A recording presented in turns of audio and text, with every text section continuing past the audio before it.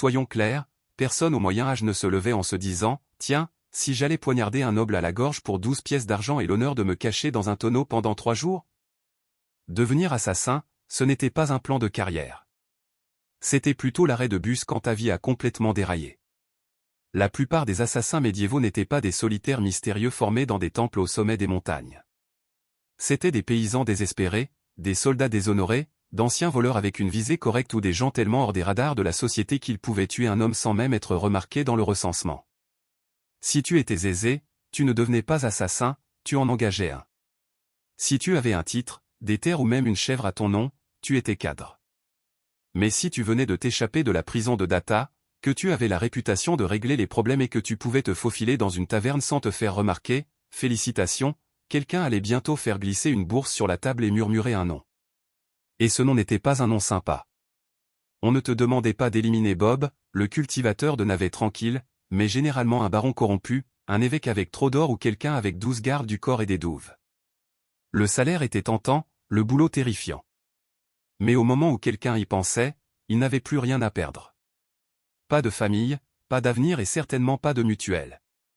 Et puis, n'oublions pas l'absence totale d'avantages sociaux. Pas de retraite, pas de gloire, pas de soirée de libre. Tu ne pouvais pas vraiment accrocher une pancarte qui disait l'élimination discrète sur rendez-vous. Il fallait juste rester discret, bouger vite et ne jamais, au grand jamais, raconter à qui que ce soit ce que tu faisais dans la vie. Surtout pas à voix haute en buvant de la bière à l'auberge. Oh oui, je suis un vendeur de tapis itinérants, les taches, de teinture. Donc, non, personne ne rêvait de devenir un assassin médiéval. Ils atterrissaient là parce que le monde les avait mâchés et recrachés, coiffés d'une capuche et tenant un poignard rouillé. Tu n'étais pas le héros. Tu n'étais même pas le méchant. Tu étais la note de bas de page qui mettait tout le monde mal à l'aise et qui, probablement, ne vivait pas assez longtemps pour profiter de sa paye. Faisons éclater le premier mythe. Les assassins médiévaux ne s'entraînaient pas à la lueur des bougies dans un monastère caché avec des mentors sages et de la musique de flûte inspirant en fond sonore. Il n'y avait pas de montage. Pas de professeur. Pas de discours de motivation. Si tu apprenais quelque chose, c'était en ne mourant pas les premières fois que tu essayais. La plupart des assassins n'étaient pas des professionnels formés. C'étaient des amateurs désespérés avec un sens de l'orientation correcte et la capacité de grimper discrètement sans éternuer. Si tu avais une expérience militaire, tant mieux. Cela voulait dire que tu savais tenir un couteau correctement. Sinon, eh bien, poignarder quelqu'un est assez intuitif. Mais s'échapper ensuite avec les 2 reins encore intacts, ça demande de l'habileté, ou de la chance. Généralement, juste de la chance. Il n'y avait pas de manuel, pas de réunion d'orientation de la guilde, pas de consigne de sécurité. On ne t'apprenait pas à repérer un sosie où les nobles gardaient les sorties de leur chambre. Tu le découvrais en étant accroché à un rebord de fenêtre, en te demandant si tu venais de te faufiler dans les quartiers des serviteurs. Le poison ? C'était essai et erreur, avec un fort accent sur l'erreur. Parfois, ça marchait. Parfois, ta cible devenait juste légèrement étourdie et plus méfiante envers sa soupe. Parfois, tu buvais la mauvaise tasse. Il n'y avait pas de ligne d'assistance anti-poison médiévale. Juste de l'espoir, des suppositions à base de plantes et un estomac solide. Bien sûr, si tu avais de la chance, et je veux dire chance à la loterie, tu aurais pu acquérir des compétences auprès de voleurs ou de mercenaires. Peut-être qu'un assassin plus âgé t'avait montré comment marcher sans grincer sur les pavés. Mais le mentorat n'était pas la norme. C'était rare et de courte durée parce que les assassins ne prennent pas leur retraite. Ils disparaissent. L'entraînement aux armes ? Oublie ça. Tu ne portais pas d'épée à 2 mains. Tu avais un poignard que tu avais volé à un garde. Peut-être un garrot si tu te sentais d'humeur sophistiquée. Et tout ce qui pouvait tenir sous ton manteau sans cliqueter. Donc non, tu n'étais pas un maître d'arts martiaux obscurs. Tu étais un type avec des mains calleuses, des pas silencieux et une relation profondément malsaine avec les ruelles. Le succès ne venait pas de l'entraînement, il venait de la survie. Tu as appris à tuer en le faisant rapidement, maladroitement, puis en disparaissant avant que quiconque puisse dessiner ton visage et le coller sur la porte d'une église. Bref, ton éducation était brutale, pratique et n'offrait aucune cérémonie de remise de diplôme. Juste des bleus, des taches de sang et la réalisation rampante que tu étais vraiment tout seul. Parlons de la raison pour laquelle tu es devenu assassin en premier lieu. L'argent. Froid, lourd, tintant, délicieusement dépensable. La promesse de ça, c'est ce qui t'a fait entrer dans ce business. Mais la réalité? Tu étais payé en mensonge. Quand quelqu'un engage un assassin, il ne veut pas d'une relation à long terme. Il veut un service ponctuel. Pas de paperasse, idéalement, pas de témoins, toi y compris. Il t'offre une bourse d'argent. La moitié maintenant, la moitié quand le boulot est fait. Ça, c'est s'ils se sentent généreux. Mais voilà. Quand le boulot est fait, c'est le code pour après qu'on ait vérifié que tu n'as pas foiré le truc, que tu ne nous as pas fait mauvaise impression ou que tu n'as pas laissé de traces qui remontent jusqu'à nous, ou que tu n'as pas survécu assez longtemps pour en parler à qui que ce soit. Donc, tu fais le boulot. Tu te faufiles dans l'ombre, tu risques ta vie, peut-être que tu tues un baron dans son sommeil. Pas joli. Pas poétique. Et quand tu reviens? Ah oui, à propos de ce paiement, le client s'est enfui. Terriblement désolé. Ou pire, ils essaient de te tuer. Un coup de couteau dans le ventre est moins cher qu'un bonus. Et même quand tu es payé, ce n'est jamais tout à fait suffisant. Pas pour le risque. Pas pour le sang. Pas pour les 3 jours que tu as passé caché dans une meule de foin avec des puces et des remords moraux. Tu reçois une poignée de pièces, un signe de tête bref et un rappel que tu n'as jamais été là. Et autre fait amusant, certains contrats étaient de faux pièges politiques. On te disait d'assassiner quelqu'un de dangereux, pour découvrir que c'était un leurre avec des gardes qui attendaient. Félicitations, tu viens d'entrer dans une opération d'infiltration avec ton nom déjà gravé sur le gibet. Et même quand l'accord était réel, tu ne pouvais pas vraiment aller au tribunal et déposer une plainte. Votre honneur, je voudrais poursuivre Lord Edmund pour rupture de contrat d'assassin. Le seul tribunal que tu verrais serait celui où tu serais l'exposé. Donc, tu as appris à prendre ce que tu pouvais, à exiger le paiement à l'avance et à ne faire confiance absolument à personne. Pas même au petit scribe gras qui jurait que ce boulot allait changer ta vie. Ce qui a été le cas, surtout en la raccourcissant. Être un assassin signifiait vivre de promesses non tenues et disparaître avant qu'elles ne te brisent. Donc, tu as accepté le boulot. On t'a menti sur le salaire. Tu vas probablement mourir. Parlons maintenant de l'équipement. Oublie les romans fantastiques et les jeux vidéo sournois. Il n'y avait pas de lame rétractable au poignet, de bombes fumigènes, de poignards enchantés ou d'arbalètes qui se repliaient soigneusement dans ta botte. Ta trousse à outils se composait de tout ce que tu pouvais voler, aiguisé ou caché sous un manteau en lambeaux sans faire de bruit. Si tu étais chanceux, et je veux dire trouver une pièce d'or dans la chaussure d'un mort chanceux, tu avais un bon poignard. Pas orné. Pas courbé comme une dent de dragon. Juste tranchant. Espérons-le, sans rouille. Et idéalement, un qui ne sentait pas le dernier type que tu avais poignardé avec. Le poison? Ça existait, bien sûr. Mais ce n'était pas aussi glamour qu'une lampe coulée dans un gobelet de vin. La plupart des poisons médiévaux étaient imprévisibles. Fabriqués à partir de plantes, de minéraux ou d'entrailles de crapauds. Certains fonctionnaient instantanément. Certains prenaient des heures. Certains faisaient vomir ta victime pendant 2 jours, puis la faisaient récupérer, plus en colère et maintenant très méfiante envers le ragoût. Des cordes? Occasionnellement utiles. Tu pouvais étrangler, grimper ou attacher quelque chose avec une.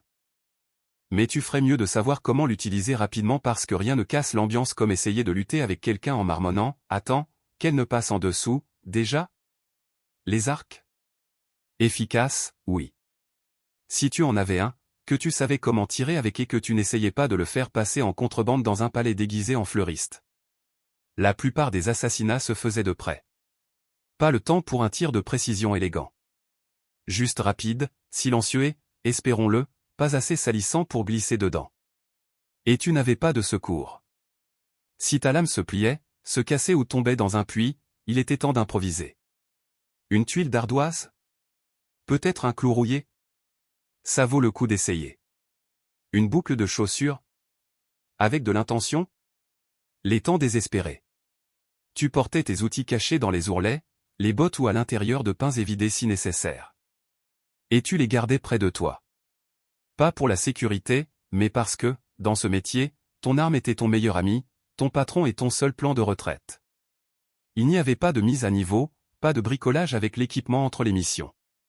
Tu ne polissais pas ton kit. Tu priais pour qu'ils ne te trahissent pas en plein assaut parce qu'en fin de compte, ce n'était pas l'arme qui tuait. C'était toi. Seul, mal équipé et censé accomplir des miracles avec une cuillère et une prière. Les assassins n'étaient pas engagés pour éliminer des ivrognes au hasard dans les ruelles sombres. Personne ne te payait pour poignarder Jeff, le fabricant de bougies endormies. Tes cibles étaient des nobles importants, des évêques, des officiers militaires, parfois même des membres de la royauté. Et ces gens-là, ils étaient très difficiles à tuer. Premièrement, il y avait les gardes. Pas un ou deux. Des dizaines. Armés, en armure et bien nourris. Certains gardaient l'avant. Certains l'arrière. Certains restaient juste là, à avoir l'air intimidant, à te défier de cligner des yeux au mauvais moment. Tu passais des jours à mémoriser les schémas de patrouille, les grincements de porte et le nombre exact de marches qu'il fallait avant que le gars de la nuit avec l'asthme ait besoin d'une pause. Deuxièmement, il y avait les murs. Les châteaux n'avaient pas de perron. Ils avaient des barbacanes, des meurtrières et des douves pleines de choses qui mordent. Si tu ne tombais pas dans l'eau, tu devais quand même te soucier des archères et de l'huile bouillante. Oui, de l'huile bouillante. Ta description de poste incluait les risques d'être flambé pour avoir regardé à la dérobée. Troisièmement, il y avait les domestiques et le personnel. Les cuisiniers, les scribes et les palefreniers. Un mauvais regard de ta part et il chuchoterait au capitaine de la garde plus vite que tu ne pourrais dire « je suis juste l'herboriste ». Les assassins ne se battaient pas seulement contre des épées, ils se battaient contre les commérages. Et les commérages médiévaux voyagent à la vitesse de la lumière si cela signifie que quelqu'un peut garder sa tête. Et enfin, ta cible réelle. Paranoïaque. À juste titre. Ces gens étaient entourés de poignardeurs dans le dos, de parents avec des prétentions à leur titre et de 3 douzaines de personnes qui faisaient semblant de les apprécier. Ils ne mangeaient pas sans goûteur. Ils ne dormaient pas sans 3 serrures sur la porte. Certains dormaient même dans des lits où faisait une rotation des pièces comme une version mortelle de la chaise musicale. Et ne t'emballe pas si tu entends dire qu'ils assistent à un festin. Oui, ils seront ivres, mais toi aussi. Et tu devras quand même passer devant les gardes royaux, 3 chiens, un bouffon très alerte et 50 témoins tenant des chopes. Même s'approcher de ta cible pouvait prendre des semaines. Te faire passer pour un serviteur. Corrompre une femme de chambre. Te cacher dans des tonneaux. Et quand le moment arrivait enfin, tu n'avais qu'une seule chance. Un seul moment précis, parfait, non grinçant, non sanglant de disparition fantomatique dans la nuit. Où tu deviendrais le prochain moyen de dissuasion publique suspendu à la porte du château avec un panneau qui disait le bien essayé. Soyons honnêtes. Quand tu imagines un assassin médiéval, tu imagines probablement d'élégantes robes noires, des protections en cuir, peut-être une capuche mystérieuse flottant au clair de lune. En réalité, tu ressemblais à un chevrier malade avec quelque chose à cacher. Les déguisements au Moyen-Âge n'étaient pas vraiment de la haute couture. Tu n'avais pas de manteau sur mesure ou d'armure rétractable. Tu avais tout ce que tu pouvais récupérer. Des haillons de paysans. Une robe de moine de taille trop grande. Ou les restes d'un uniforme de garde qui sentait encore son ancien propriétaire. Le but était de se fondre dans la masse. Mais se fondre dans la masse signifiait ressembler à tous ceux qui ne s'étaient pas lavés depuis 2 semaines, qui boitaient à cause de vieilles blessures et qui avaient une tique nerveuse à cause de la malnutrition. Tu n'avais pas l'air suspect à cause de ton manteau, tu avais l'air suspect parce que tu n'arrêtais pas d'ajuster ta ceinture pour cacher un poignard enveloppé dans de la gaze. Et oublie les masques. Il n'y avait pas d'option à la Guy Fawkes. La plupart des cache-visages te faisaient juste ressembler à un lépreux. Ce qui était génial pour éviter les conversations, mais terrible pour entrer dans les fêtes. Si quelqu'un demandait qui tu étais, tu devais réfléchir vite. Je suis frère Tobias, je m'occupe de la prière silencieuse et de l'entretien des toits. Même en supposant que tu aies réussi à passer devant les gardes, les maisons nobles n'étaient pas pleines d'idiots. Les serviteurs remarquaient les visages inconnus. Surtout ceux qui rataient des pots de chambre et ne pouvaient pas nommer le chat du cuisinier. Tu étais toujours à eux, je ne t'ai jamais vu d'un coup de chandelier. Et si ton déguisement fonctionnait, félicitations, tu devais maintenant rester dans le personnage pendant des heures tout en faisant semblant de ne pas remarquer toutes les personnes qui méritaient d'être poignardées qui se promenaient. Et les perruques ? Elles n'existaient pas. Si tu avais besoin d'avoir l'air plus vieux ou plus jeune, tu étais coincé à te barbouiller de saleté, à plisser les yeux et à espérer que personne ne s'approche assez pour remarquer que ta barbe était collée avec du miel. La vérité, c'est que ton déguisement ne te protégeait pas. Il te donnait peut-être 5 minutes de confusion. Après ça, tu devais être parti, invisible ou très convaincant. Et si quelqu'un voyait à travers ton jeu, eh bien, disons que personne ne veut être l'assassin pris dans la buanderie de l'évêque, portant un habit de nonne et tenant une épée.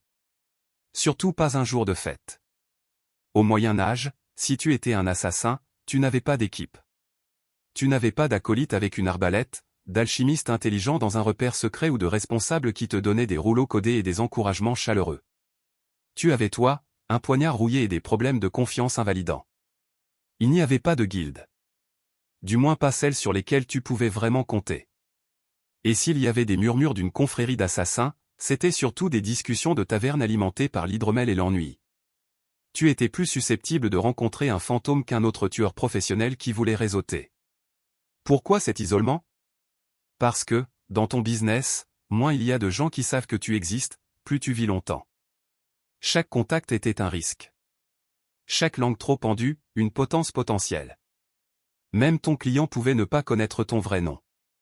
Et s'il le connaissait, tu étais déjà en train de planifier ta sortie. La camaraderie? Risible. Les amis posaient des questions. Les amoureux remarquaient les bleus, les taches de sang et pourquoi tu dormais toujours avec une lame sous l'oreiller. Tu ne pouvais pas te poser. Tu ne pouvais pas te le permettre. Une erreur. Une personne qui te reconnaissait sur un marché. Et toute ta vie se transformait en un sprint vers la bouche d'égout la plus proche. Même les autres criminels gardaient leur distance. Les voleurs et les contrebandiers étaient sociables. Toi? Tu étais ce type qui faisait disparaître les gens. Ils te craignaient. Ou pire. Ils te voyaient comme une responsabilité ambulante. Personne ne voulait partager un ragoût avec quelqu'un dont l'occupation pouvait attirer une foule avec des torchets. Et ne t'attends pas à de la sympathie. Tu ne pouvais dire à personne à quel point il était difficile de dormir après avoir étranglé silencieusement un évêque corrompu. Si tu parlais de ton travail, les gens supposaient que tu mentais ou que tu étais dangereux. Et ils n'avaient pas tort. Alors tu gardais tes secrets, tes cicatrices et tes armes pour toi. Aux auberges, tu t'asseyais dans le coin le plus sombre, le dos au mur, les yeux toujours fixés sur la porte. Tu ne buvais jamais trop. Tu ne restais jamais plus d'une nuit. Tu ne disais pas ton nom à moins que quelqu'un ne te paie d'abord. Et même dans ce cas, ce n'était probablement pas le vrai. Être un assassin médiéval signifiait perfectionner l'art de disparaître. Pas seulement dans une foule, mais de chaque vie que tu n'as jamais pu avoir. Disons que tu as accepté le boulot. Tu as planifié ton itinéraire. Tu as corrompu le bon portier. Tu t'es déguisé en ramoneur très convaincant. Et puis tu as gelé. Peut-être que la cible s'est retournée de façon inattendue. Peut-être qu'elle était avec son enfant. Peut-être que tu as eu le trac au pire moment possible et que ta main armée a tremblé comme un écureuil terrifié. Devine quoi? Tu es maintenant mort. Parce que l'échec, pour un assassin médiéval, n'était pas une tape sur les doigts ou une mauvaise évaluation de performance. C'était une mort publique, douloureuse et follement théâtrale. Impliquant souvent des cordes, du feu, des roues ou des dispositifs pointus en fer avec des noms comme la délectation du briseur d'os. Manquer la cible signifiait faire échouer toute l'opération. Ta cible vivait et disait immédiatement à tout le monde que quelqu'un avait essayé de l'assassiner. Soudain, tu n'étais plus une ombre. Tu étais un homme recherché avec une description détaillée et probablement un croquis grossier punaisé sur chaque mur de taverne dans un rayon de 30 km. Et ces gardes que tu avais autrefois contournés en douce? Maintenant, ils sont motivés. Parfois, ce n'était même pas ta cible dont tu devais t'inquiéter, c'était ton client. Si tu échouais, tu n'étais plus un atout. Tu étais une responsabilité. Quelqu'un qui pouvait être torturé, interrogé ou pire, parler. Les gens même qui t'avaient payé seraient les premiers à lancer un deuxième contrat sur toi. Et il n'y avait pas de seconde, pas de deuxième chance. Désolé, la lame a glissé, j'essaierai encore demain. Tu n'avais qu'une seule chance, un seul moment dans le temps. Et si tu le ratais, le mieux que tu pouvais espérer, c'était de mourir rapidement avant que quiconque ne découvre qui t'avait engagé. L'échec, c'était aussi la honte. La honte silencieuse et humiliante. Tu ne te contentais pas de ne pas tuer. Tu ne parvenais pas à être invisible, à être parfait. Et pour les assassins, la perfection, c'était la survie. Tout ce qui était en dessous, C'était comme se peindre une cible sur le dos et commencer à répéter ton dernier discours. Peu importait le nombre de boulots que tu avais fait auparavant. Personne ne se souciait que tu aies réussi 12 fois. Parce que dans cette profession, tu n'es aussi bon que ton dernier meurtre. Et si ton dernier meurtre n'avait pas lieu, tu ferais mieux de commencer à courir. Alors tu l'as fait. Le plan a fonctionné. Le poignard a frappé juste. Pas de cri. Pas de garde. Juste une chute propre au sol et une personne très importante qui ne l'est plus. Félicitations. Maintenant, cours pour ta vie. Parce qu'être un assassin réussi au Moyen Âge, ce n'était pas siroter du vin sur un toit pendant que la ville brûle derrière toi. C'était fuir par les ruelles sombres avec le sang de quelqu'un sur tes bottes et un chien qui reniflait déjà ta trace. Il n'y avait pas de tour de victoire. Pas de verre post-boulot avec des collègues. Pas de débriefing décontracté avec ton client. Tu n'avais même pas un moment pour admirer ton travail. Dès que ta lame frappait, ton nouveau boulot devenait celui de t'échapper de tous ceux qui veulent maintenant t'assassiner de manière de plus en plus créative. Les gardes arrivent. Les portes sont verrouillées. Les chevaux sont attachés à l'autre bout de la ville. Tu saignes probablement. Tu devais planifier ta sortie avant le meurtre. Itinéraire. Déguisement. Planque de repli. Peut-être un batelier qui te devait une faveur ou, au moins, ne posait pas de questions. Parce que la ville serait bouclée en quelques minutes. Personne ne voulait de scandale. Et le bouclage signifiait des portes fermées, des points de contrôle armés et une douzaine d'hommes en colère avec des épées qui venaient tous de recevoir ton croquis grossier et la phrase peut-être armé et extrêmement enclin à poignarder. Et parlons du client. En supposant qu'il ait réellement l'intention de te payer, il n'allait pas te rencontrer dans une taverne confortable avec un sourire et une carte de remerciement. Il allait probablement disparaître aussi. Parce qu'un assassin qui vient de terminer un boulot est la personne la plus dangereuse au monde. Tu en sais trop. Tu as prouvé que tu pouvais entrer dans des endroits où d'autres ne le pouvaient pas. Alors, même quand tu réussissais, tu t'en allais avec de l'argent dans une main et une cible géante sur le dos. Et qu'est-ce que tu gagnais?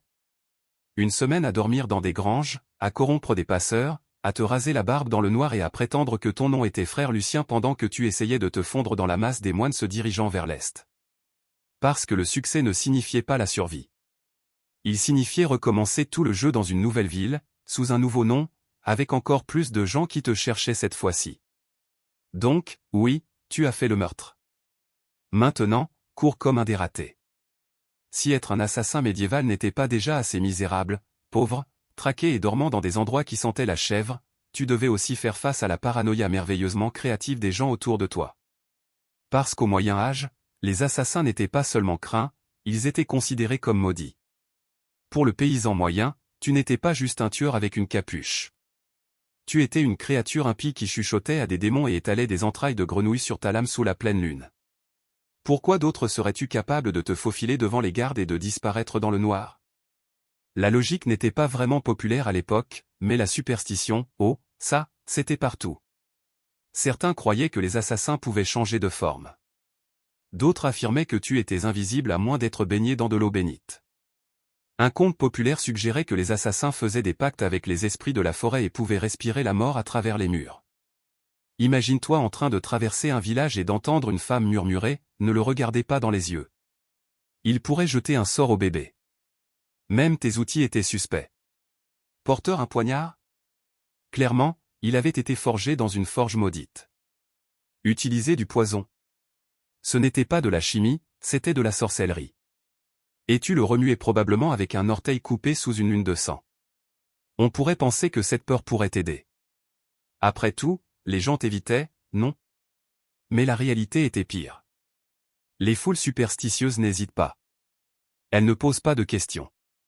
Elles lancent des pierres, mettent le feu et crient des choses comme « brûlez-le avant qu'il n'appelle la foudre ». Ta réputation poussait les gens à la réaction excessive.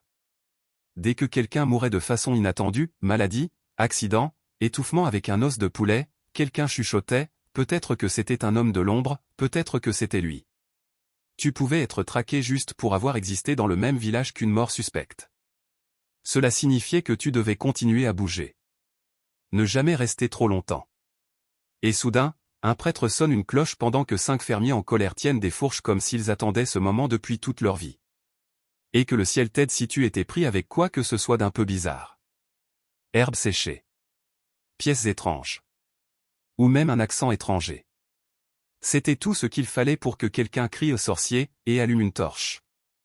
Dans un monde qui croyait que les monstres portaient des visages humains, être trop silencieux, trop intelligent ou trop rapide faisait de toi une menace. Et dans la logique médiévale, les menaces devaient mourir rapidement et, de préférence, par le feu. Ah, le poison. L'arme d'élégance de l'assassin. Une mort silencieuse. Pas de dégâts. Pas de cris. Pas d'acier contre os. Juste une gorgée, un titubement, un soupir et c'est fini. Ça, c'est la théorie. En pratique, empoisonner quelqu'un au Moyen Âge, c'était comme essayer de gagner une bagarre de bar avec une tisane et une mauvaise attitude. Tout d'abord, les poisons n'étaient pas fiables. Tu n'avais pas accès au cyanure purifié ou à une petite pilule étiquetée mort rapide. Tu avais des plantes, des champignons, des minéraux. Peut-être le crapaud occasionnel. Tu devais ramasser, broyer et prier. Et même dans ce cas, ça pouvait juste donner à la cible un mal de ventre et un engagement renouvelé envers son équipe de gardes anti-assassins. Il n'y avait pas de mesure scientifique. Tu ne dosais pas avec précision. Tu faisais ça à l'œil. Une pincée de trop peu et le noble vomit juste et annule le dîner. Une pincée de trop et tu meurs d'exposition avant que le premier plat ne soit servi.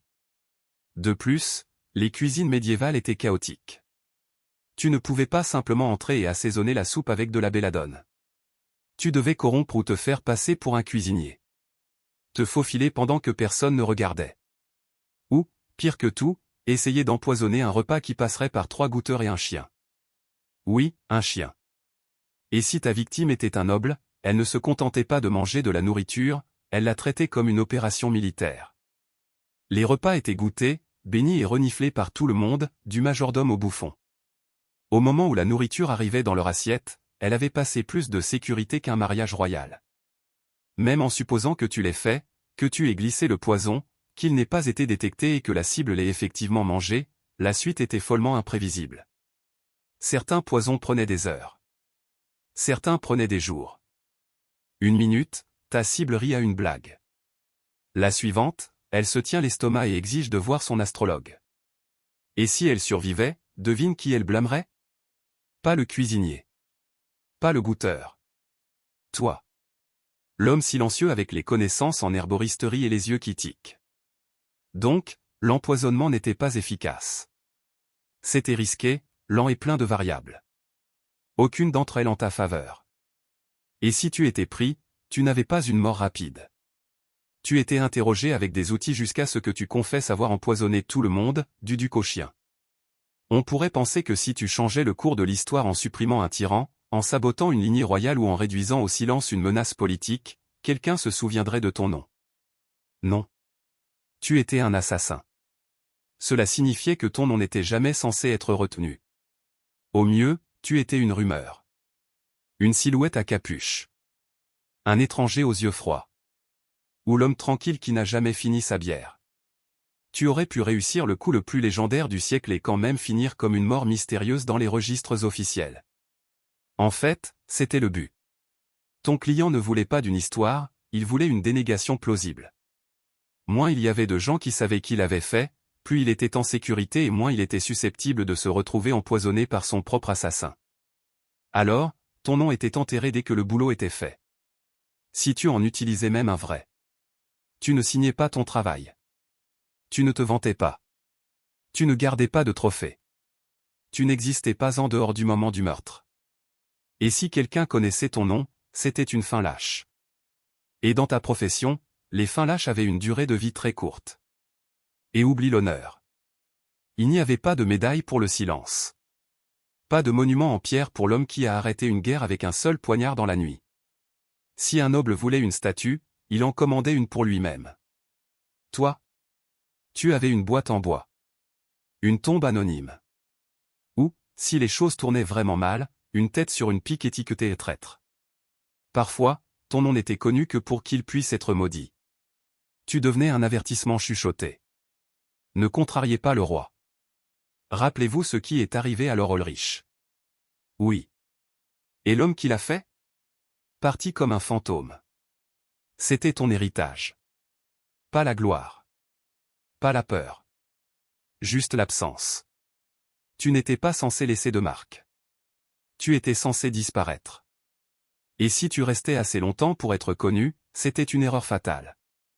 Parce que, dans le monde médiéval, les héros étaient commémorés, les assassins étaient effacés. Alors, tu as survécu. Tu as fait le boulot.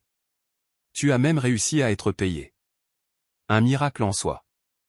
Maintenant, tout ce que tu as à faire, c'est te faire discret, baisser la tête et croire que ton client honorera l'accord et protégera ton identité. Faux. Parce que dans le monde de l'assassinat médiéval, il y avait une règle encore plus sacrée que ne te fais pas attraper. Ne fais confiance à personne. Surtout pas à la personne qui te paie. Ton client, qu'il soit un noble, un marchand ou un évêque avec de l'ambition et des mœurs très légères, ne t'a pas engagé par respect. Il t'a engagé parce qu'il avait besoin de faire quelque chose d'horrible et que tu étais l'outil le plus tranchant dans l'ombre. Une fois le boulot terminé, tu devenais une responsabilité. Tu en savais trop. Tu savais qui voulait qui mort, quand, pourquoi et, peut-être, combien ils étaient prêts à payer pour ça. Cela te rendait dangereux. Non seulement pour leurs ennemis, mais pour eux. Alors, qu'est-ce qu'ils faisaient? Ils te ghostaient. Ils n'y t'avoir jamais rencontré. Ou pire, ils envoyaient quelqu'un d'autre après toi pour nettoyer. Pour sceller le contrat avec quelque chose de plus tranchant que de l'encre. Il y avait même des cas où les clients réservaient 2 fois. Engager un assassin pour faire le boulot et un autre pour tuer le premier immédiatement après. Pas de remboursement. Juste un risque réduit. Et si tu osais essayer de faire chanter un client, menacer de l'exposer, c'était audacieux et aussi ta dernière erreur. Parce que les personnes puissantes au Moyen-Âge ne négociaient pas avec les assassins, elles les écrasaient. Si ton client avait une once d'honneur, une espèce rare en effet, tu pourrais être payé et laissé tranquille. Mais même dans ce cas, tu devrais quand même supposer qu'il te surveillait de loin avec quelqu'un affûtant déjà de l'acier et mémorisant ta démarche. Tu étais le secret qui ne pouvait pas parler. L'ombre qui ne pouvait pas rester. Même le succès ne suffisait pas à gagner la confiance. Parce que, à leurs yeux, si tu avais tué une fois, tu pouvais tuer à nouveau. Et personne, pas même la personne qui t'avait engagé, ne voulait être le prochain. Disons que, d'une manière ou d'une autre, tu as surmonté les obstacles. Tu as survécu aux meurtres, aux mensonges, aux empoisonnements, aux trahisons. Tu as survécu à tes ennemis, à tes employeurs et, probablement, à ton propre sens de la moralité. Et maintenant? Tu prends ta retraite? Absolument pas. Parce que, au Moyen-Âge, les assassins n'avaient pas de plan de retraite. Il n'y avait pas de banquet d'adieu. Pas de chaumière tranquille au bord de la mer. Pas de pension versée en pièces d'or et de murmures reconnaissants. Tu ne te fondais pas dans une vie paisible. Tu disparaissais. Ou tu mourais. Souvent les deux. Le problème était simple. Tu n'étais jamais en sécurité. Même si tu abandonnais le boulot, ton passé, lui, non. Tu avais trop de secrets dans ta tête. Trop de noms dans ta mémoire. Et trop de sang sur tes mains. Les gens ne voulaient pas que tu prennes ta retraite. Ils voulaient que tu sois oublié. Ce qui signifiait généralement enterré. Et même si personne ne venait après toi, et c'est un grand si, tu devais vivre avec la peur constante que quelqu'un le fasse. Qu'un nouvel assassin, jeune et désireux de faire ses preuves, venait de recevoir un contrat pour une silhouette sombre qui avait été quelqu'un de dangereux. Alors tu changeais encore de nom. Tu déménageais dans un village où personne ne posait de questions. Tu simulais une boiterie. Tu vendais des herbes. Tu prétendais avoir travaillé autrefois comme garde. Mais même dans ce cas, tu ne dormais pas bien. Tu évitais les foules. Tu étais toujours assis face à la porte. Tu gardais ton poignard sous la planche du plancher, à côté de la bourse de pièces que tu ne touchais jamais parce qu'elle sentait encore l'homme de qui tu l'avais gagné. Et tu ne pouvais pas te faire confiance non plus. Des années de meurtres silencieux et d'évasion rapide avaient fait quelque chose à ton cerveau. Chaque coup à la porte te faisait sursauter. Chaque étranger sur la route pouvait te reconnaître. Tu as arrêté de rêver parce que rêver était dangereux. Tu ne pouvais pas aimer. Tu ne pouvais pas te détendre. Tu ne pouvais pas rire trop fort. Tu vivais comme un fantôme faisant semblant d'être un homme. La vérité, c'est qu'il n'y avait pas de fin de partie pour un assassin médiéval. Juste une lente et froide décoloration dans l'obscurité. Toujours en mouvement. Toujours en train de regarder. Jusqu'à ce qu'un jour tu te glisses dans le noir et que personne ne le remarque. Et c'était peut-être le mieux que tu pouvais espérer. Tu as probablement compris maintenant. Être un assassin médiéval n'était pas sombrement romantique. Ce n'était pas noble. Ce n'était même pas très rentable. C'était une carrière sinistre, ingrate et de courte durée, enveloppée dans du lin taché de sang et suivie par une foule de gens qui voulaient que tu meures. Tu ne durerais pas. Pas une semaine. Peut-être même pas une journée. Parce que tu commencerais avec les mauvaises hypothèses. Que tu serais élégant, maître de la situation, un murmure dans le noir. Mais ce que tu serais vraiment, c'est froid, affamé et à une mauvaise supposition de la corde. Tu te glisserais dans la ville, le manteau serré, prêt à passer à l'action, seulement pour découvrir que ta cible a changé d'endroit, que les gardes sont ivres maison la gâchette facile et que le palefrenier que tu as payé pour obtenir des informations vient de te vendre pour une chope de bière et un morceau de pain. Tu gèlerais au mauvais moment. Tu poignarderais le mauvais gars. Tu serais repéré par la femme de chambre de quelqu'un qui a vu ton visage près de la chapelle et soudain, tu n'es plus une ombre, tu es le problème. Alors, quoi? Tu cours. Mais tu n'es pas habitué au terrain médiéval. La boue. Les pavés irréguliers. Le nombre absolument insensé de poulets en liberté dans la rue. Tu glisses, tu tombes, tu te fais plaquer par un garde nommé Thomas qui vient de se faire larguer et qui cherche un exutoire. Et disons que tu survis à ça. Alors, tu dois faire face aux conséquences. Pas d'alliés. Pas d'honneur. Et pas d'avenir.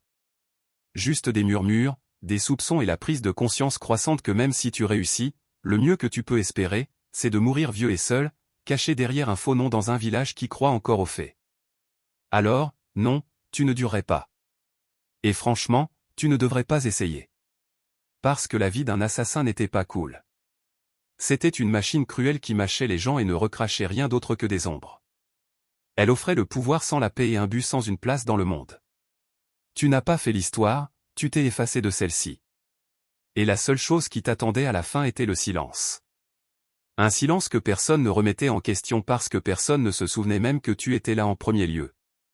Avant qu'elle ne soit la reine crin de la Macédoine, Olympe était connue comme Myrtaille, une princesse meloyant des terres tribales accidentées de l'Épirus. Son peuple a affirmé la descendance d'Achille lui-même, et si oui ou non le sang des héros courait véritablement dans ses veines, une chose était certaine, ce n'était pas une femme née pour les lignes de touche de l'histoire. Depuis un jeune âge, Myrtle a été imprégnée de mystères et de rituels. Son éducation a été façonnée non, juste par la politique, mais par la prophétie, les rites extatiques et une vénération pour les dieux anciens. Elle n'était pas le genre de princesse qui souriait et brodait des tapisseries. Non, elle était attirée par les serpents, les présages et les cérémonies frénétiques du culte de Dionysos, où les femmes dansaient pieds nus au clair de lune et invoquaient le divin dans des états de transe. Son lien avec les dieux n'était pas performatif, il était personnel. Elle ne se contentait pas d'adorer, elle incarnait. Selon des sources anciennes, probablement écrites par des hommes à la fois terrifiés et subjugués, elle gardait des serpents sacrés dans ses appartements et leur permettait même de se lever à côté d'elle dans son lit. Qu'il s'agisse d'un fait littéral ou du genre de calomnie que les femmes puissantes attirent comme des mouches, nous ne le saurons jamais. Mais ça lui est resté collé. Pour ses alliés, cela la rendait divine. Pour ses ennemis, cela la rendait dangereuse. Son véritable pouvoir n'a pas commencé sur un champ de bataille ou dans une salle du trône, mais dans le scintillement incertain de la lumière des torchers, au milieu des murmures des prêtresses et des corps serpentins. Elle n'était pas juste une princesse, elle était un oracle vivant, une femme touchée par quelque chose de plus vieux que la politique et de plus froid que l'acier. Alors, quand Philippe II de Macédoine, brutal, brillant et notoirement obsédé, est arrivé sur l'île de Samothrace pour une initiation religieuse, il n'a pas seulement rencontré une belle princesse, il a rencontré un mystère auquel il ne pouvait pas résister. Leur mariage n'était pas juste une alliance politique, c'était une collision de prophétie et de pouvoir. Et dès le début, il était plein de présages. Certains disaient que la foudre avait frappé le ciel lors de leur nuit de noces. D'autres affirmaient qu'Olympia avait rêvé d'un éclair pénétrant dans son ventre. Tout cela deviendrait une légende. Mais une chose est certaine, l'union d'Olympia et de Philippe n'a pas seulement créé un enfant, elle a créé Alexandre le Grand. Et elle avait l'intention de façonner son destin dès sa première respiration. Le mariage d'Olympia avec Philippe II n'était pas le conte de fées auquel on pourrait s'attendre pour une reine qui donnerait un jour naissance à un empire. Dès le début, c'était un mélange explosif de prophétie, de fierté et de paranoïa. Philippe, impitoyable, charismatique et collectionnant déjà les épouses comme des trophées, a épousé Olympia vers 357 avant Jésus-Christ. Elle n'était probablement qu'une adolescente, mais elle n'était pas naïve. Elle a vu en Philippe un homme dont l'ambition correspondait à la sienne et, peut-être même, un partenaire divin pour sa destinée spirituelle. La Macédoine n'était pas exactement un royaume facile à intégrer. C'était une terre de fer et d'ambition, où les rois étaient tués par des cousins et les frères se transformaient en rivaux du jour au lendemain. Mais Olympia, la prêtresse d'Épire, est entrée avec la tête haute et les yeux déjà fixés sur la couronne. Leur mariage a été difficile dès le début. Philippe, malgré tout son génie politique, n'était pas fait pour la monogamie. Il allait épouser plusieurs femmes, souvent pour des alliances, toujours pour le pouvoir. Mais Olympia n'était pas du genre à rester assise tranquillement dans l'ombre. Elle tenait sa propre cour, entretenait ses propres alliances et était connue pour se tourner vers les oracles et les rites pour deviner son avenir et, peut-être, le destin de Philippe.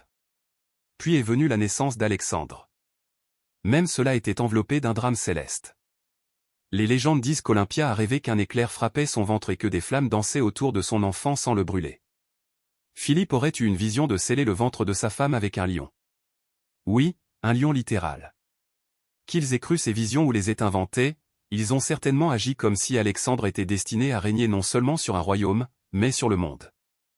Mais même alors que l'enfant était célébré, des fissures se sont approfondies dans le mariage royal. Olympia en voulait aux autres épouses de Philippe, en particulier à sa femme macédonienne, Cléopâtre Eurydice, qu'il a épousée plus tard dans sa vie. C'était plus qu'une question intérieure, c'était une menace. Cléopâtre était née en Macédoine et tout fils qu'elle porterait serait plus pur aux yeux de la noblesse locale, une menace directe pour l'avenir d'Alexandre. Olympia le voyait clairement. Le palais n'était pas juste une maison, c'était un champ de bataille. Et elle utiliserait tous les serpents, rêves, rituels et murmures qu'elle avait pour s'assurer que son fils ne soit pas seulement retenu, mais couronné. Elle n'était plus Myrtale, elle était Olympia maintenant. Et personne ne prendrait le trône de son fils sans faire face à sa colère. Au moment où Alexandre était adolescent, le palais macédonien de Péla était devenu une zone de guerre d'insultes voilées, de manœuvres politiques et de rivalités amères. Olympia ne se battait pas seulement pour l'influence, elle se battait pour sa survie. Elle savait que la cour était remplie de serpents, mais c'était elle qui leur avait appris à mordre. Philippe II avait commencé à prendre ses distances avec elle. Il faisait plus de campagne, buvait plus et, peut-être le pire de tout, écoutait davantage ses conseillers macédoniens. Le coup de grâce est venu quand il a épousé une jeune noble nommée Cléopâtre Eurydice, à ne pas confondre avec la Cléopâtre d'Égypte. Cette Cléopâtre était née en Macédoine et son oncle Attale était l'un des principaux généraux de Philippe. Pour Olympia, ce n'était pas seulement une trahison, c'était une déclaration de guerre. La cérémonie du mariage a été un désastre. Lors du festin, Attale, ivre, s'est moqué d'Olympia et d'Alexandre, remettant en question la légitimité de la naissance d'Alexandre. Était-il vraiment le fils de Philippe ou était-il l'enfant d'un dieu, comme Olympia aimait le prétendre? C'était censé être une insulte, mais Olympia a saisi le mythe. Qu'il chuchote, qu'il croit que son fils a été touché par Zeus. Cela le rendait intouchable. Alexandre a quitté le festin en tempête. Olympia a quitté complètement la Macédoine, se retirant en Épire. Mais son exil n'était pas une défaite, c'était une stratégie. Dans sa patrie, elle était toujours une membre de la royauté. Elle pouvait rassembler des soutiens, chuchoter à des oreilles et regarder le palais de Philippe commencer à pourrir de l'intérieur. Elle n'avait pas besoin d'être physiquement présente pour être dangereuse. Puis est venue l'onde de choc. Philippe a été assassiné lors du mariage de sa fille. Juste au moment où il était sur le point d'envahir la Perse. Juste au moment où il était sur le point de se couronner non seulement roi de Macédoine, mais empereur potentiel du monde connu. La question qui résonnait dans chaque couloir de marbre et chaque salle éclairée au torché était la même, qui l'a fait? Était-ce Pausania, le garde du corps et conduit qui a commis l'acte? Était-ce le résultat d'intrigues de cour? Était-ce Alexandre lui-même? Ou, chuchotez-le doucement, était-ce Olympia? Personne ne pouvait le prouver. Personne n'osait. Mais beaucoup le croyaient. Après tout, en quelques jours, Cléopâtre Eurydice et son enfant nouveau-né étaient morts. Assassinés, selon certains, par Olympia elle-même. Le serpent était revenu au palais. Et maintenant, plus rien ne s'opposait à son fils et au trône. Avec Philippe mort et la Macédoine en deuil ou dans la confusion, Olympia a fait son mouvement. Pendant que les autres se démêlaient pour comprendre le chaos, elle a agi rapidement, brutalement, de manière décisive. Premièrement, Cléopâtre Eurydice, la jeune reine macédonienne et épouse rivale, a été éliminée. Selon des témoignages glaçants, Olympia ne s'est pas contentée de la faire tuer, elle a rendu sa mort symbolique, publique, humiliante. Certains disent que Cléopâtre a été forcée de se pendre après avoir vu sa petite fille être assassinée. D'autres affirment qu'Olympia a fait jeter l'enfant sur un bûcher funéraire. Ce qui est convenu, c'est ceci, aucune pitié n'a été montrée. Olympia a compris ce que beaucoup de mères dans les cours anciennes refusaient d'accepter. Dans un palais royal, la pitié est un handicap. Un enfant rival, aussi petit soit-il, est une guerre future. Et Olympia avait fini de jouer à la défense. Avec Cléopâtre et sa lignée effacée, elle pouvait tourner son attention vers la sécurisation du trône d'Alexandre. Son fils adolescent, audacieux, brillant, déjà formé par Aristote, a été déclaré roi sans opposition sérieuse. Mais ne vous y trompez pas, ce n'était pas seulement son charisme ou l'héritage de son père qui ont rendu cela possible, c'était Olympia. Elle savait quels généraux menacer, quels nobles flatter et quels ennemis éliminer discrètement.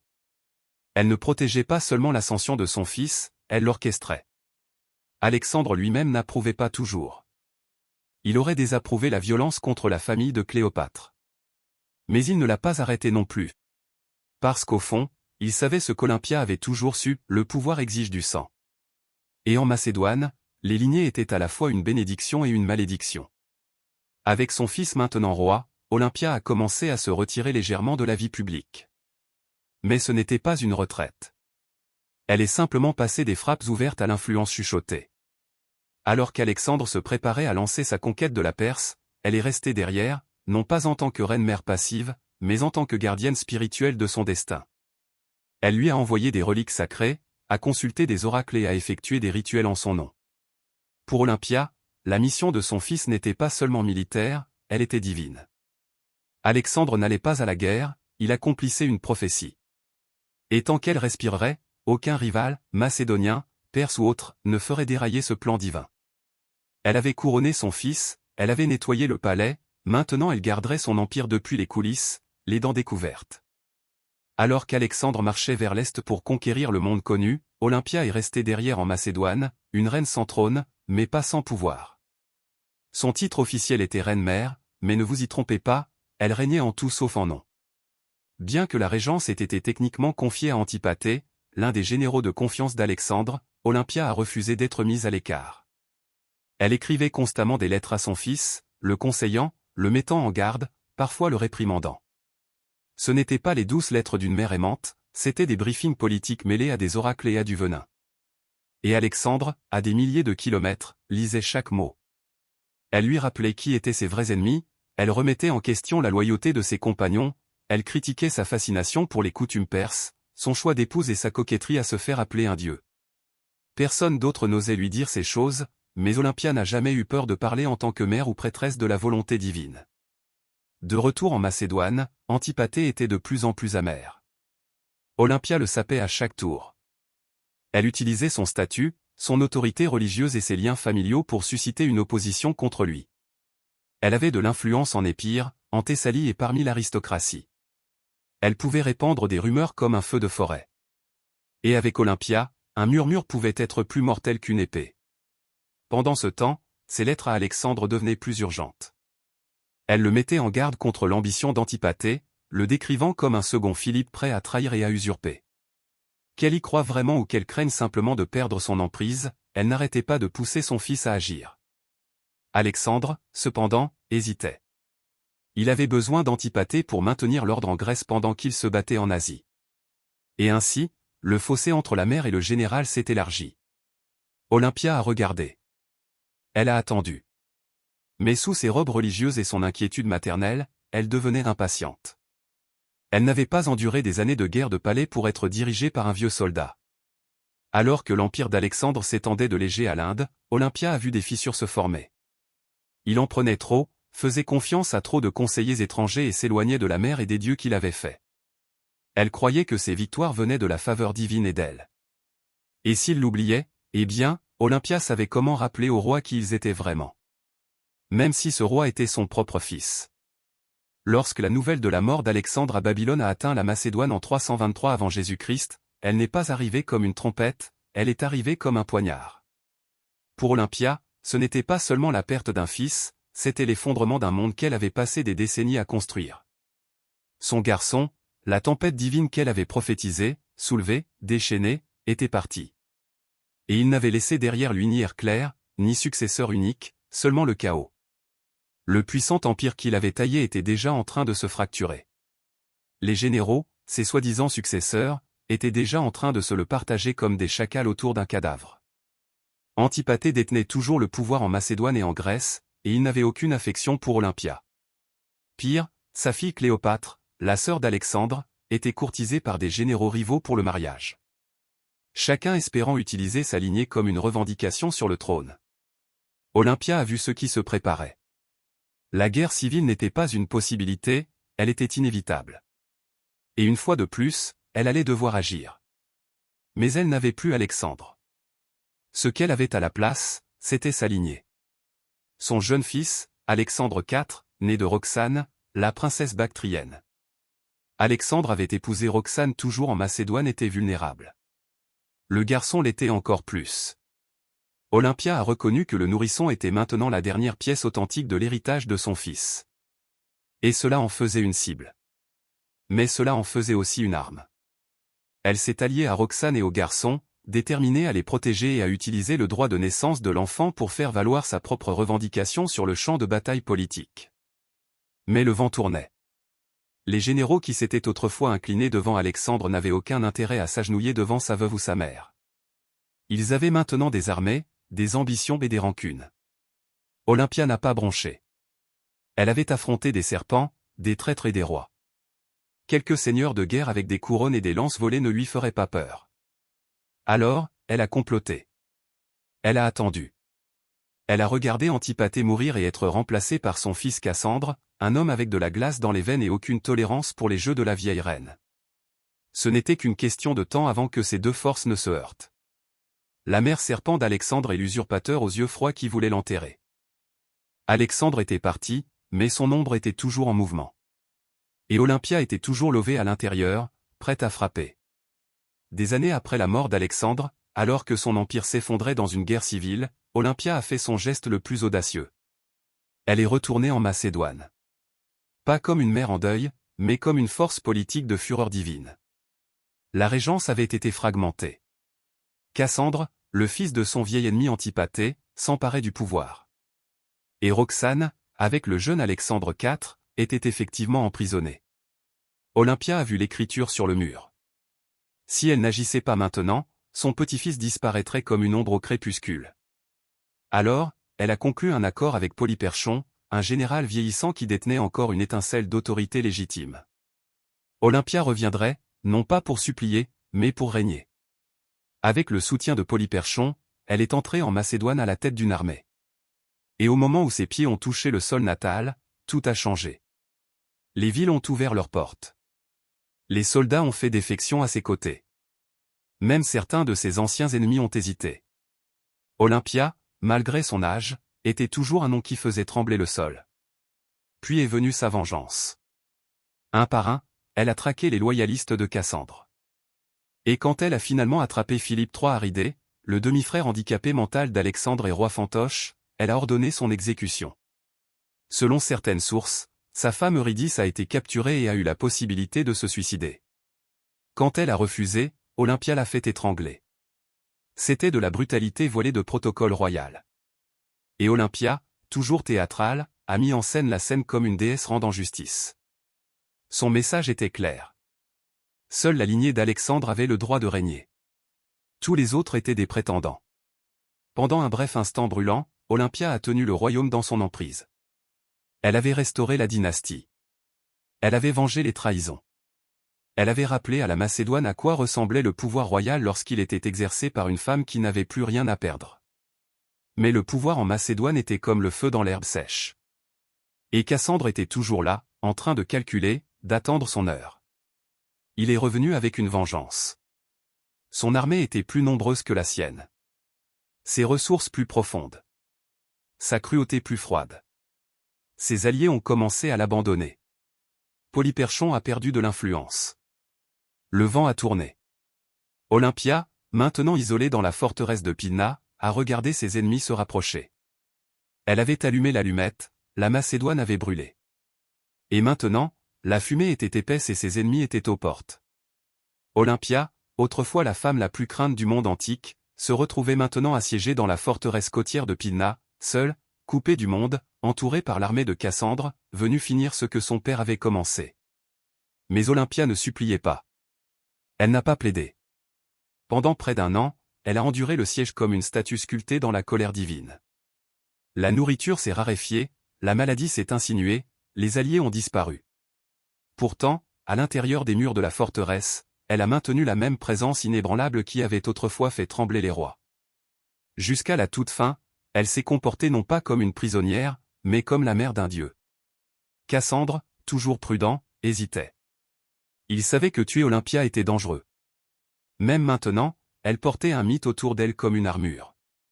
Elle était toujours la mère d'Alexandre le Grand. La frapper pourrait sembler un blasphème.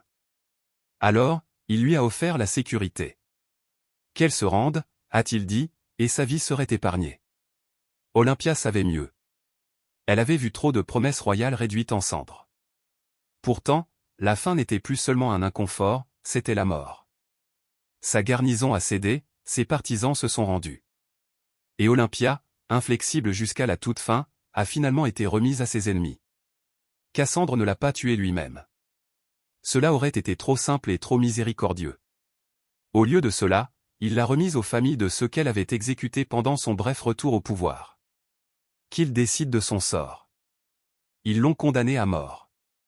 Mais voici le piège, lorsque les bourreaux sont arrivés, personne n'a osé porter le premier coup. Olympia se tenait grande, royale, silencieuse, les yeux fixés sur eux comme un oracle regardant à travers la fumée. C'étaient des Macédoniens. Ils avaient grandi en entendant parler de ses rituels, de ses visions, de ses serpents. Ils avaient autrefois acclamé son fils comme un dieu vivant. Et maintenant, la voilà, une vieille femme frêle enveloppée dans un mythe. Et pas un seul homme n'a eu le courage de brandir l'épée.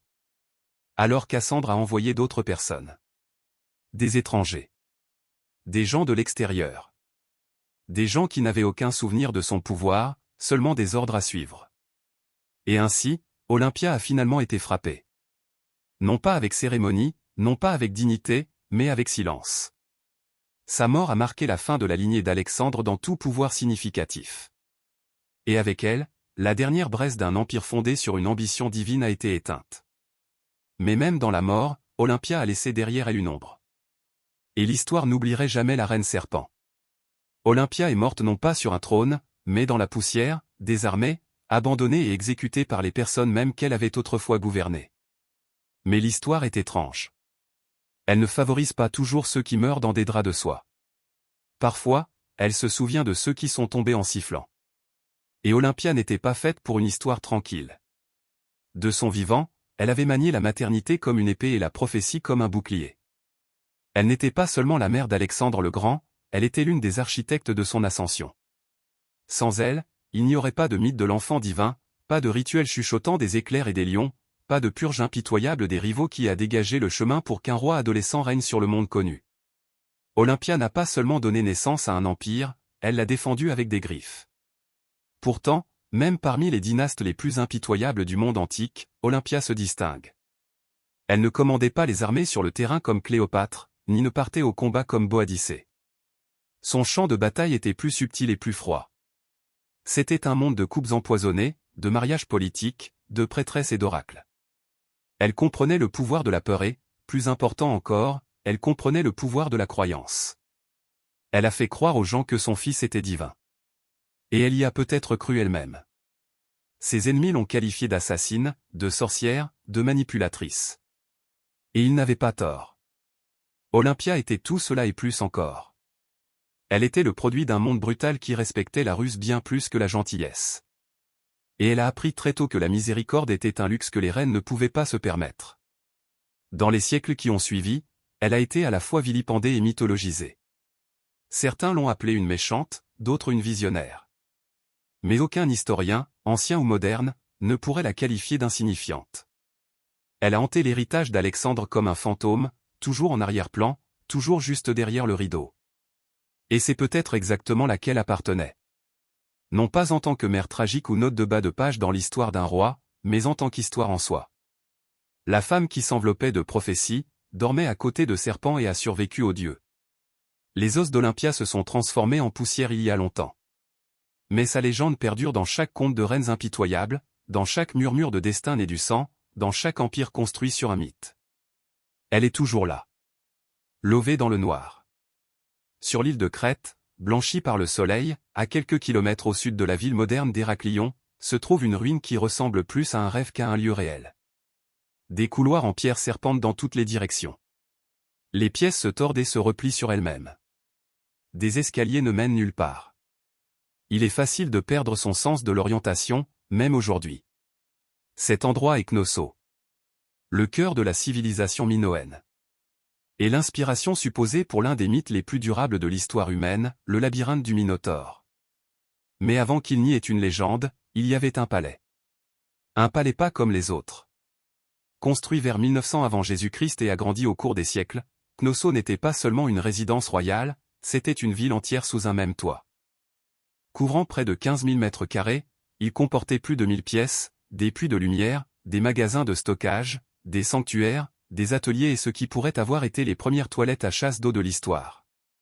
Il avait de l'eau courante, des appartements à plusieurs étages et un système complexe de circulation d'air.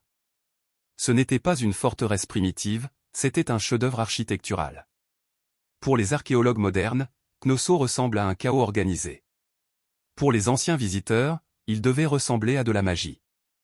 L'homme qui a fait connaître Knossos au monde moderne était l'archéologue britannique Arthur Evans.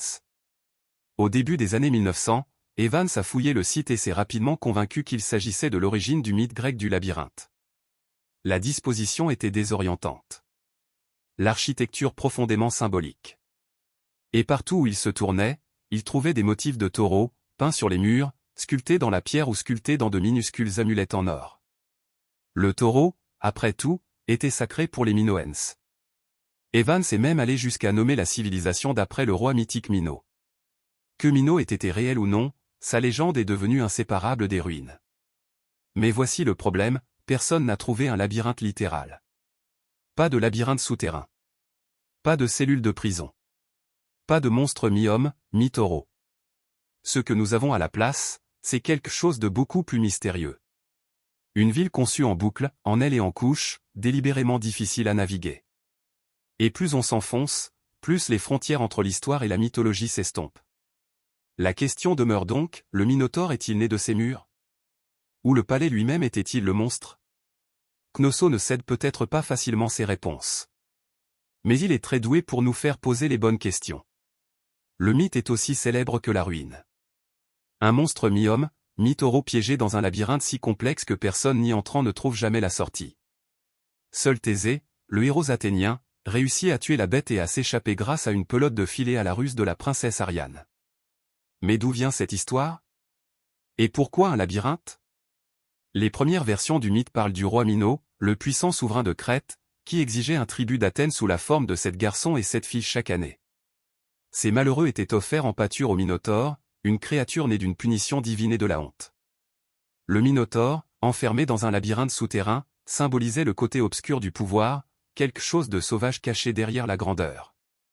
Pour les Grecs anciens, la Crète était depuis longtemps une terre de richesse, de mystère et de peur. Son peuple de marins, les Minoens, était considéré comme à la fois élégant et étrange. Leurs rituels impliquaient des sauts de taureau, leurs œuvres d'art représentaient des dieux étranges et leurs palais étaient différents de tout ce qui se trouvait sur le continent. Pour un Grec en visite vers 1000 avant Jésus-Christ, Knossos devait ressembler à un autre monde. Le taureau lui-même était sacré dans la culture minoenne. Les fresques montrent de jeunes hommes et femmes sautant par-dessus des taureaux en charge lors de démonstrations rituelles. Des cornes de consécration, des cornes de taureaux stylisées, apparaissent sur les toits et les autels. Combinez cela avec un palais qui ressemble à un labyrinthe et les ingrédients d'une légende commencent à se mélanger. Mais et si le Minotaure n'était pas seulement un monstre? Et si c'était une métaphore? Certains érudits pensent que le conte reflète un souvenir de la domination crétoise sur l'Égée, une époque où Athènes payait vraiment un tribut à une puissance étrangère plus forte. Le labyrinthe pourrait symboliser l'enfermement politique des États plus faibles et le Minotaure, la force brute et terrifiante derrière le règne minoen. d'autres soutiennent que c'est plus psychologique. Le labyrinthe comme l'esprit inconscient, le minotaure comme nos pulsions cachées et taisées, le héros marchant courageusement dans les ténèbres, guidé seulement par le fil de la mémoire. Pourtant, le mythe reste lié à Knossos. Le palais est ce que nous avons trouvé de plus proche d'un labyrinthe réel. Pas de monstre. Pas d'Ariane. Mais peut-être quelque chose de plus profond. Pas seulement un mythe résonnant à travers l'histoire, mais une histoire qui demandait à devenir un mythe bien avant qu'Athènes n'élève ses temples de marbre ou que Sparte n'aiguise ses lances. Il y avait la civilisation minoenne. L'une des premières sociétés avancées en Europe. Il régnait non pas par la conquête, mais par le commerce, l'art et ce qui semble être une maîtrise presque surnaturelle de l'architecture. Au cœur de leur pouvoir se dressait Knossos. Un palais qui n'était pas seulement un siège de la royauté, c'était un centre de culture, de rituels et d'économie. Les Minoennes ont prospéré d'environ 2600 à 1400 avant Jésus-Christ. Basés en Crète, ils ont développé un vaste réseau commercial qui atteignait l'Égypte, la Mésopotamie, le Levant et même les rivages lointains de l'Espagne. Leurs navires ont fendu la Méditerranée comme des flèches silencieuses transportant de la poterie fine, du safran, du bronze et des produits de luxe. Ils n'ont pas construit de vastes armées, ils ont construit des relations. Et cela, plus que les armes, les a rendus riches. Ce qui est le plus frappant dans la culture minoenne, c'est à quel point elle était différente de ses successeurs grecs ultérieurs. Leurs œuvres d'art célébraient la nature, les animaux et le mouvement humain fluide, pas la guerre ou la punition divine. Les fresques montrent des danseurs, des dauphins et des athlètes sautant par-dessus des taureaux. Même leurs déesses sont différentes. Des figures puissantes au sein nu tenant souvent des serpents, symboles de fertilité, de transformation ou de protection. Au centre de tout cela se trouvait Knossos. Pas une forteresse sur une colline, mais un complexe dans une vallée fertile. Il n'avait pas d'énormes murs défensifs, ce qui suggère que les Minoennes se sentaient soit en sécurité sur leur île, soit projetaient suffisamment de pouvoir pour rendre la défense inutile. Leur confiance était architecturale. Des bâtiments à plusieurs étages, des cours colonisées et des systèmes de plomberie avancés laissaient entrevoir une société bien en avance sur son temps. Et pourtant, malgré toute leur sophistication, les Minoennes n'ont laissé derrière eux aucun registre écrit déchiffré. Leur écriture principale, le linéaire A, reste illisible à ce jour. Nous ne savons pas comment ils s'appelaient. Nous ne savons pas ce que croyait leur roi, quelle prière il prononçait ou ce qui s'est réellement passé derrière les murs de Knossos. Tout ce que nous avons, ce sont leurs ruines, leur art et leur influence, absorbés plus tard par les Mycéniens et repris dans les mythes grecs. Les Minoennes n'étaient pas seulement des constructeurs de palais, ils étaient des architectes de mystère. Et Knossos n'était pas simplement un bâtiment, c'était le cœur battant d'une civilisation qui a scintillé pendant un moment comme la lumière du soleil sur l'Égée et qui a ensuite disparu. Mais certains disent que leur écho erre toujours dans le labyrinthe. Se promener dans Knossos, c'est se promener à travers le temps. Un temps superposé, déroutant, magnifique. Ce n'est pas seulement l'échelle qui vous accable, c'est la conception. Les pièces mènent aux pièces. Les couloirs se divisent et disparaissent. Les puits de lumière percent le cœur du bâtiment. Les escaliers serpentent dans l'ombre ou émergent soudainement dans des cours ensoleillées. Rien ne se déplace en ligne droite. Il n'est pas difficile de comprendre pourquoi les anciens visiteurs pouvaient avoir chuchoté le labyrinthe. Knossos n'était pas seulement un palais, c'était un organisme vivant.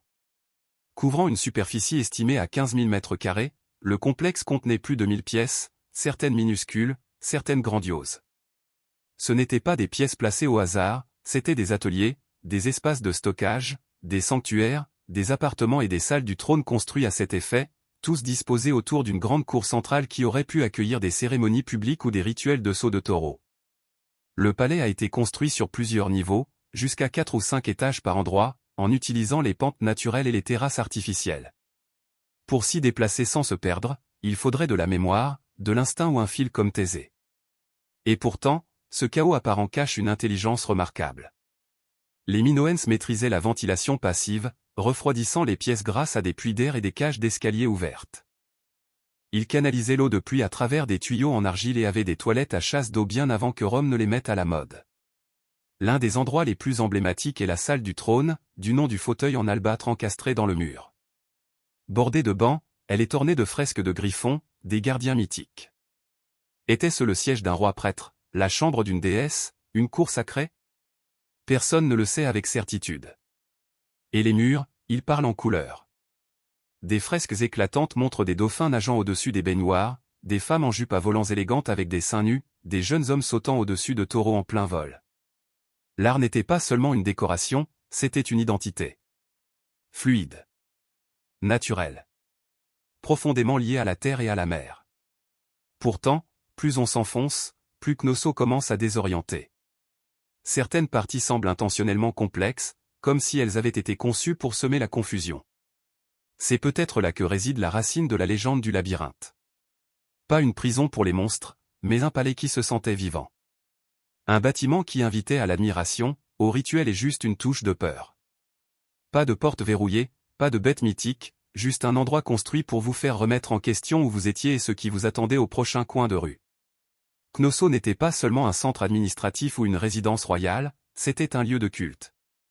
Une expression architecturale de l'âme minoenne, imprégnée de rituels, de mythes et de mystères divins. Contrairement aux temples grecs ultérieurs, il n'y a pas de colonnes imposantes à Zeus ou de sanctuaires en marbre à Athéna. Au lieu de cela, le monde spirituel de Knossos est plus subtil, tissé dans le tissu même du bâtiment. Les sanctuaires se cachent dans les coins. Les piliers s'élèvent comme des sentinelles sacrées. Des cornes, stylisées, sculptées, prospérité, d'innovation et de sophistication culturelle. Mais alors, quelque chose s'est produit. Quelque chose de soudain. Quelque chose que personne ne peut expliquer pleinement. Vers 1400 avant Jésus-Christ, le palais a été abandonné, les fresques ont été laissées à s'estomper et la civilisation minoenne qui régnait autrefois sur les mers a disparu comme la brume sur les jets. Alors, que s'est-il passé? Les théories abondent. Certains pointent du doigt la nature. Vers 1600 avant Jésus-Christ, l'île volcanique de Terra, l'actuel Santorin, est entrée en éruption lors de l'une des plus grandes explosions de l'histoire de l'humanité. L'explosion a été si massive qu'elle a probablement provoqué des tsunamis qui ont frappé la côte nord de la Crète, dévastant les ports et les terres agricoles. Des nuages de cendres ont pu bloquer le soleil, étouffer les récoltes et perturber le climat. Bien que Knossos n'ait pas été immédiatement détruite, les conséquences de l'éruption ont pu ébranler les fondations économiques, politiques et spirituelles. D'autres se tournent vers la guerre. Vers 1450 avant Jésus-Christ, la puissance montante des Mycéniens, Grecs continentaux, a pu profiter de la faiblesse minoenne. Les preuves archéologiques suggèrent que Knossos a été réoccupé brièvement, mais la culture avait changé. L'art est devenu plus martial. Le linéaire A, l'écriture minoenne, a été remplacé par le linéaire B, utilisé par les scribes mycéniens. Le palais qui prospérait autrefois avec des déesses serpents et des sauteurs de taureaux chuchotait maintenant dans une langue étrangère. Certains chercheurs pensent que les Mycéniens n'ont pas envahi en une seule conquête, mais ont progressivement absorbé l'île, d'abord par le commerce, puis par l'influence et enfin par le règne. D'autres soutiennent qu'un effondrement interne, un soulèvement civil, une instabilité politique ou l'échec de l'élite ont pu contribuer tout autant. Ce qui est frappant, cependant, c'est le peu de violence qui est évidente dans les ruines. Il n'y a pas de squelette carbonisé, pas de signe de massacre. Knossos n'est pas tombé avec un cri, elle est tombée avec un murmure. Le grand système palatial s'est simplement arrêté. Les pièces se sont tues. Les rituels ont pris fin. Et la nature s'est lentement réinsinuée. Au moment où Homère a chanté la Crète dans ses épopées, Knossos était déjà un mythe ancien. Un souvenir mêlé à des histoires de rois, de monstres et de labyrinthes. Et c'est peut-être approprié. Parce que ce qui a tué Knossos n'était pas seulement l'éruption ou l'invasion, c'était le temps. Et la façon dont toutes les grandes choses, aussi belles soient-elles, finissent par disparaître sous le poids de nouveaux empires. Mais les os restent. Et si vous écoutez attentivement, le labyrinthe vibre encore sous la terre. Pendant des milliers d'années, Knossos a été enseveli sous la terre crétoise, juste un autre monticule de pierre perdu dans le temps. Son nom oublié. Ses mythes déformés. Ses murs engloutis par les oliveraies et la poussière. Jusqu'à ce qu'un homme décide de poursuivre une légende. Il s'appelait Sir Arthur Evans.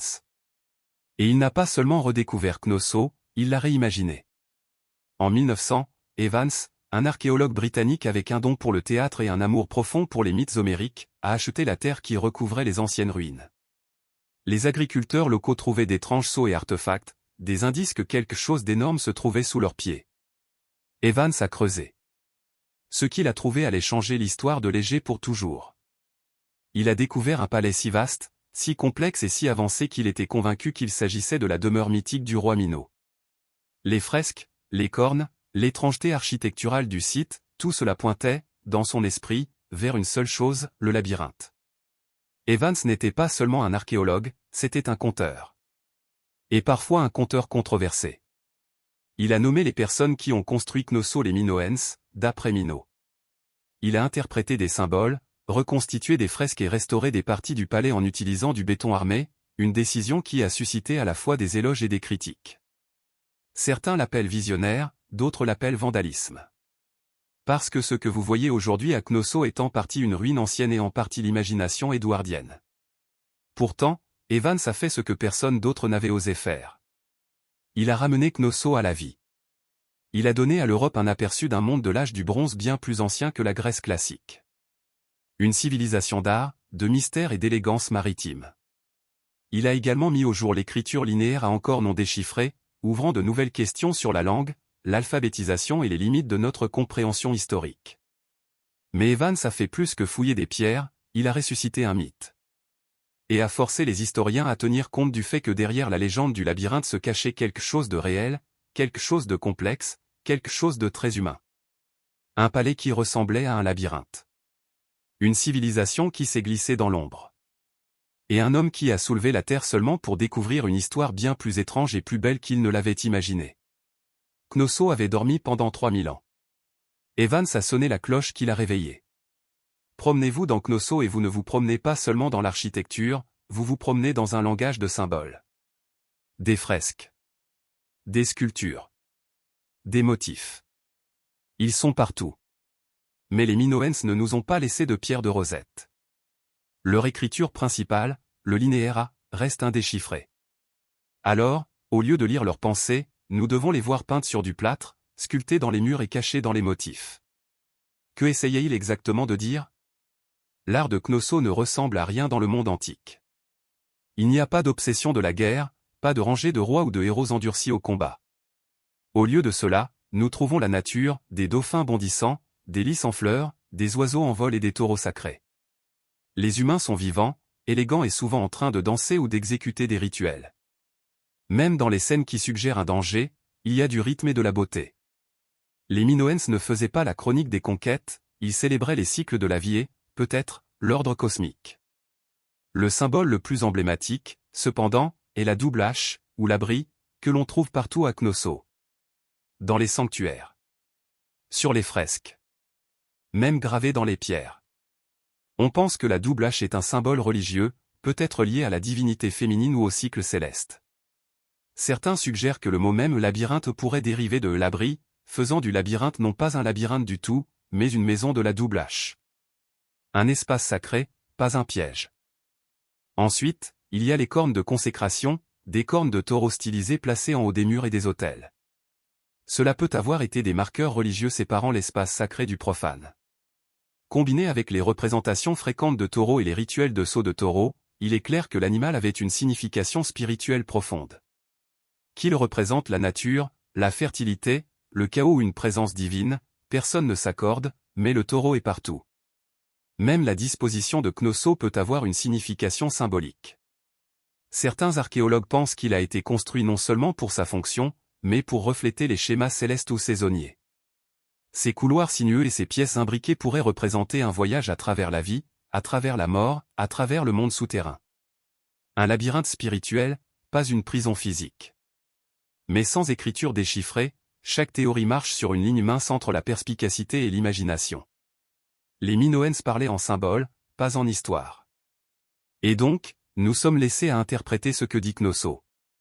Nous entendons les rythmes, nous voyons les images, mais le sens reste juste hors de portée, comme un fil se dénouant en mythe. Knossos est une ruine, oui. Mais elle ne se sent pas morte. Promenez-vous dans ces couloirs aujourd'hui et vous sentirez quelque chose vibrer juste sous la surface. Pas des fantômes. Pas des dieux. Mais des échos de mythes, de vie, de questions qui refusent de disparaître. Des milliers d'années après sa chute, Knossos nous tient toujours dans son labyrinthe. Les touristes errent dans ses halls. Les archéologues creusent à la recherche de réponses. Et les écrivains créent de nouvelles histoires inspirées par son ombre. Le Minotaure est peut-être un mythe, mais le sentiment du labyrinthe est réel. Nous ne savons pas qui régnait sur Knossos. Nous ne connaissons pas les noms de ces rois, reines ou prêtres. Nous ne connaissons pas les prières qu'ils chuchotaient ni les lois selon lesquelles ils vivaient. Mais nous savons qu'ils aimaient la beauté. Nous savons qu'ils vénéraient la nature. Nous savons qu'ils comprenaient l'équilibre entre l'architecture et l'art, entre le rituel et la réalité. Et nous savons qu'ils ont été les premiers. Avant le Parthénon. Avant Rome. Avant les temples hébreux ou les palais perses, il y avait Knossos. Un palais qui était aussi une ville. Une ville qui était aussi un temple. Un temple qui était peut-être aussi une histoire. Parce que c'est peut-être ce qu'est vraiment le labyrinthe. Pas une prison. Pas un puzzle. Mais un récit gravé dans la pierre. Un mythe sous forme architecturale. La légende du Minotaure n'est pas née de rien. Elle est venue de cet endroit. De la confusion de ses couloirs, de la vénération de ses rituels de taureau et de la crainte qu'il a inspirée à des générations qui ont essayé de lui donner un sens. Les Grecs l'ont transformé en une histoire. Nous l'avons transformé en archéologie. Mais à la base, Knossos a toujours été les deux. Aujourd'hui, nous pouvons nous promener dans ces ruines en plein jour. Nous pouvons prendre des photos, dessiner des cartes et même reconstituer ces fresques. Mais le mystère n'a pas disparu. La ligne entre le fait et la légende scintille toujours comme la chaleur au-dessus de la pierre.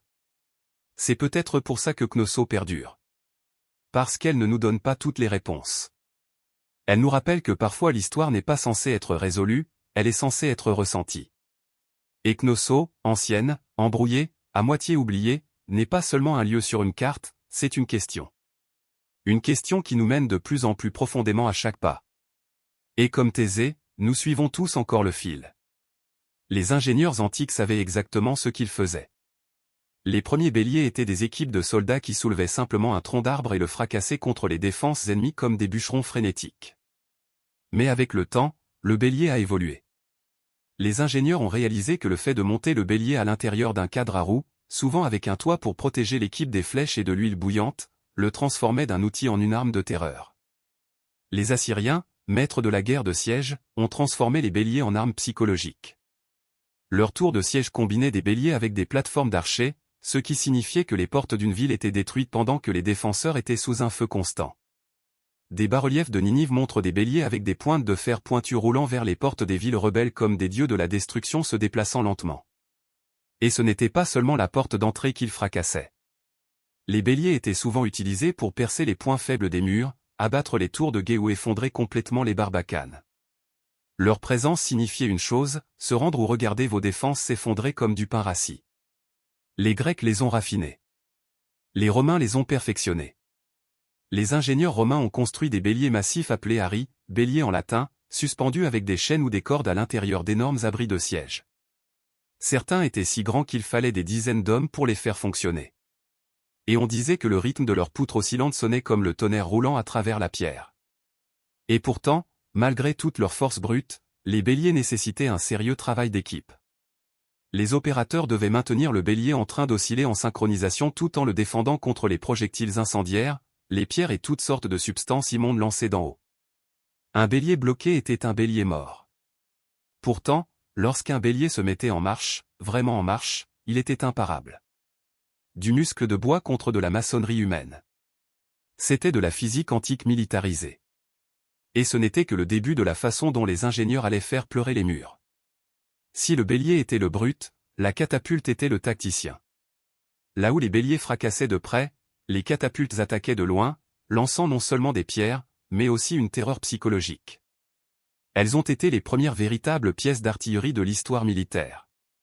Et elles ont révolutionné la guerre de siège en militarisant la physique d'une manière qui semblait presque magique à l'ennemi. Les premières catapultes ont émergé du monde grec vers le IVe siècle avant Jésus-Christ.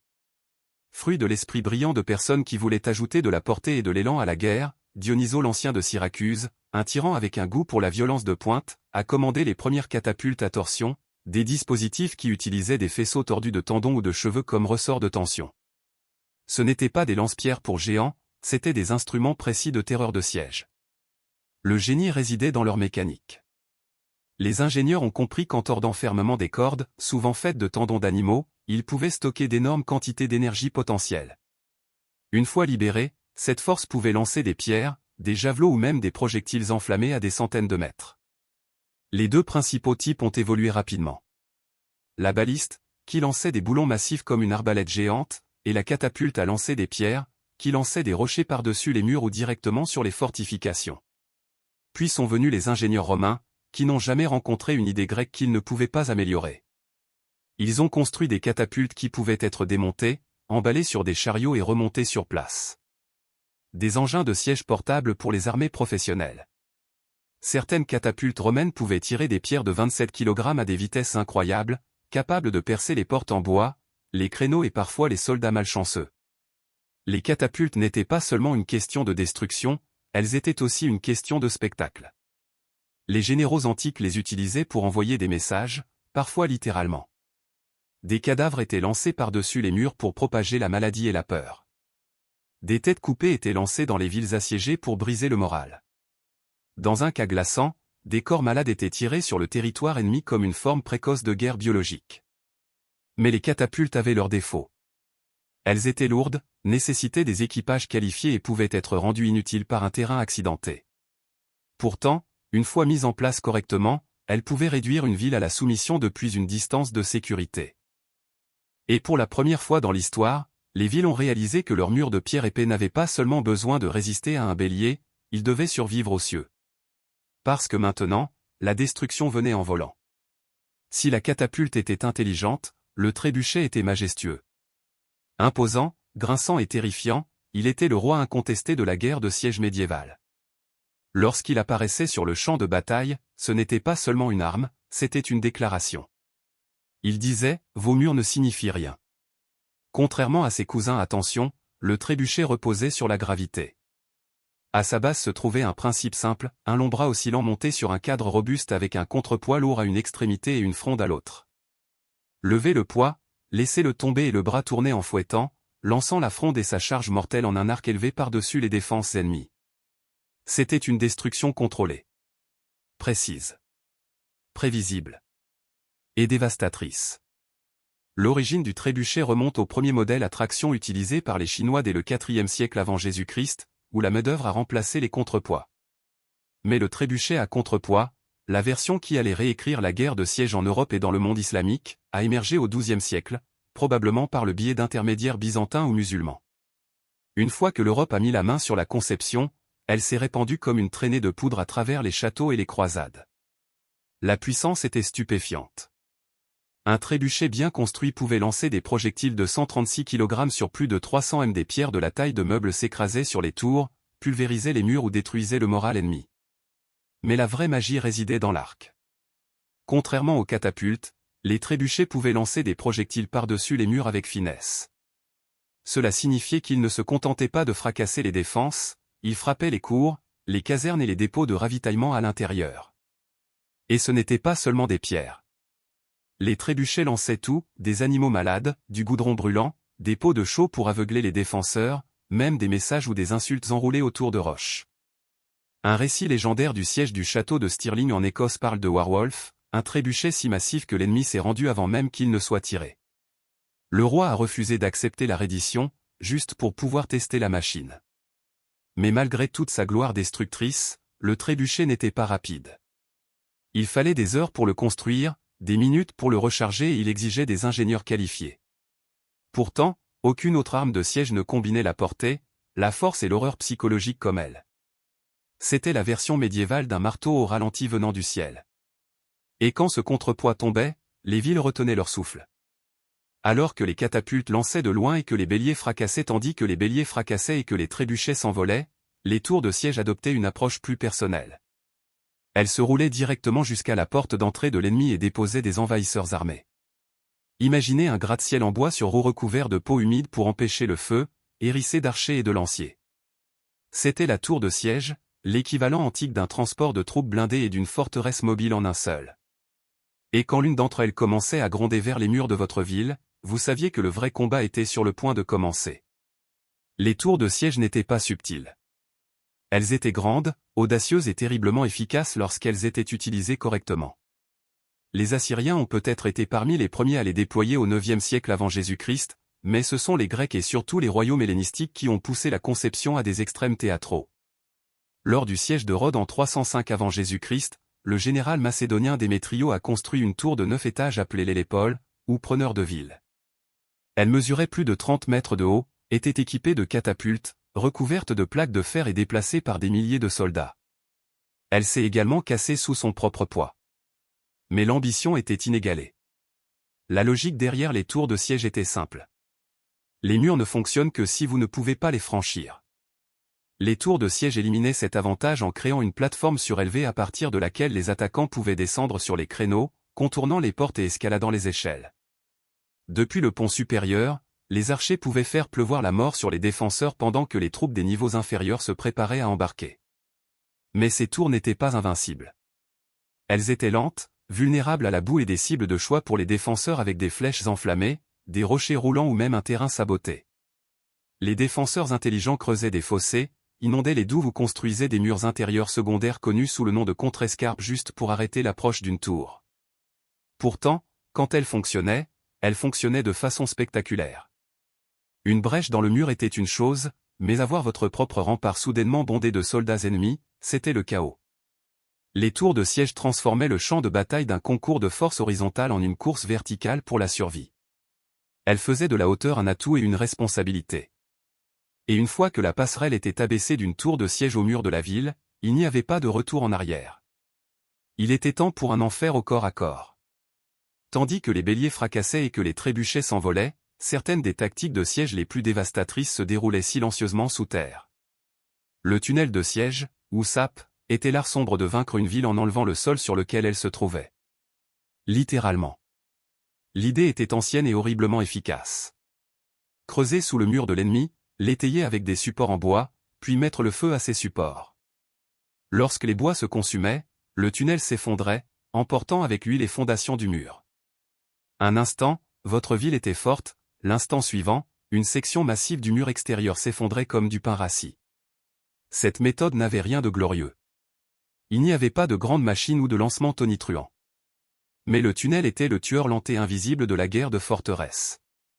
Les Assyriens pratiquaient les premières versions de celui-ci, mais la technique a atteint sa pleine maturité avec les armées grecques, perses et plus tard, européennes médiévales. Lors du siège de Platée en 429 avant Jésus-Christ, les Spartiates ont tenté de creuser des tunnels sous les murs, mais les défenseurs ont creusé des contre-tunnels et les ont interceptés en plein creusement, transformant le sol en un cauchemar de combat au couteau. Cette tactique défensive est devenue connue sous le nom de contre-mine et a ajouté un élément étrange à la guerre de siège. Imaginez des soldats creusant dans l'obscurité totale, à des centaines de mètres sous terre, écoutant le bruit des pioches ennemies. Au moment où ils entendaient des coups, ils se précipitaient pour intercepter, ce qui entraînait souvent des escarmouches violentes et claustrophobes menées à la lumière des torchers avec des couteaux et des pelles. Il n'y avait aucune gloire là-dedans, juste de la terreur, de la suffocation et de la saleté. Mais lorsque la SAP fonctionnait, les résultats étaient catastrophiques. L'un des exemples les plus tristement célèbres a eu lieu en 1215 lors du siège du château de Rochester en Angleterre.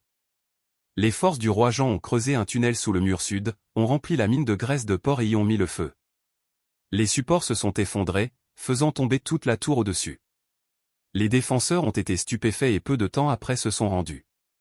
Au XIIIe siècle, les ingénieurs de siège sont devenus des spécialistes de l'identification des fondations faibles, de la mesure du comportement du sol et de la planification des effondrements avec une précision terrifiante.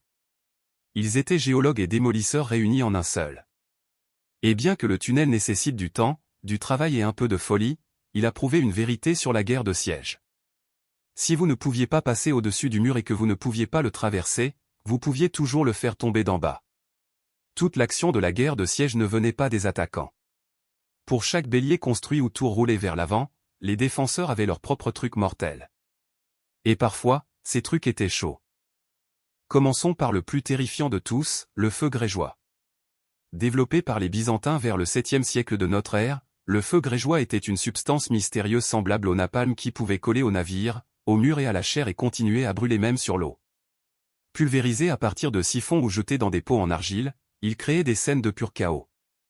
À ce jour, personne ne sait exactement comment il a été fabriqué. La formule était si secrète qu'elle est morte avec l'Empire. Mais ses effets sont légendaires. Des flottes entières ont été réduites à des squelettes enflammés en quelques minutes. Et ce n'était que le début. Dans les défenses plus rudimentaires, les liquides bouillants étaient les armes de prédilection.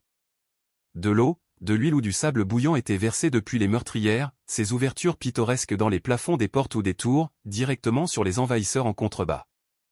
L'huile était particulièrement redoutée. Contrairement à l'eau, elle collait à la peau, s'imprégnait dans les vêtements et les armures avant d'être enflammée. Imaginez-vous en train d'escalader une échelle de siège seulement pour être accueilli par le feu que vous ne pourriez jamais éteindre. Le sable chaud, bien que moins spectaculaire, était vicieux à sa manière. Il se glissait dans les espaces de l'armure, en particulier autour du cou ou des poignets, causant des brûlures au 2e et au 3e degré alors qu'il cuisait la chair en dessous. Il n'avait pas l'air impressionnant de loin, mais il transformait des guerriers audacieux en épaves hurlantes en quelques secondes. Les défenseurs s'appuyaient également sur les bonnes vieilles lois de la physique. La gravité est devenue une arme. Des pierres géantes, des bûches ou même des animaux morts étaient lâchés des parapets sur les engins de siège ou les formations denses de troupes. Le but n'était pas seulement de tuer, il était de briser les machines et le moral en même temps. Et puis il y avait des pièges, des fosses cachées, des ponts qui s'effondraient, des barricades hérissées de pointes. Les châteaux sont devenus des puzzles de douleur conçus pour ralentir, dérouter et punir. Tout cela servait un seul but, retarder. Chaque minute qu'un mur tenait était une minute de plus avant que les lignes d'approvisionnement ennemies ne s'amincissent, que la maladie ne se répande dans les camps ou que les renforts n'arrivent. La guerre de siège était un jeu d'attrition.